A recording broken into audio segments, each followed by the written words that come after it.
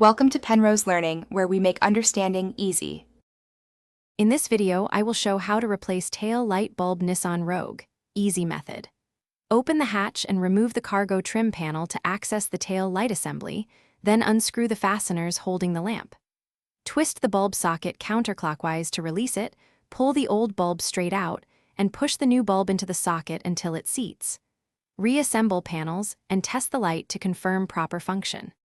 Start by opening the hatch and peeling back the inner trim carefully to expose the mounting screws. Use a Phillips screwdriver if needed.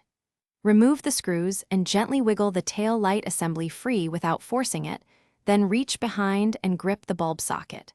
Twist the socket counterclockwise to unlock it, then pull the old bulb straight out and set it aside for disposal. If you're finding this helpful, please subscribe and hit like to support the channel. It really helps me keep creating useful content. Quick recommendation. I've been using these leak-proof meal prep containers that make post-work repairs and dinners much easier to manage, especially when you're juggling tools and parts. Check the description for the link and other deals so you can grab a set too. Now let's get back to the video. With gloves on, insert the new bulb into the socket by aligning the tabs and pushing firmly until it seats.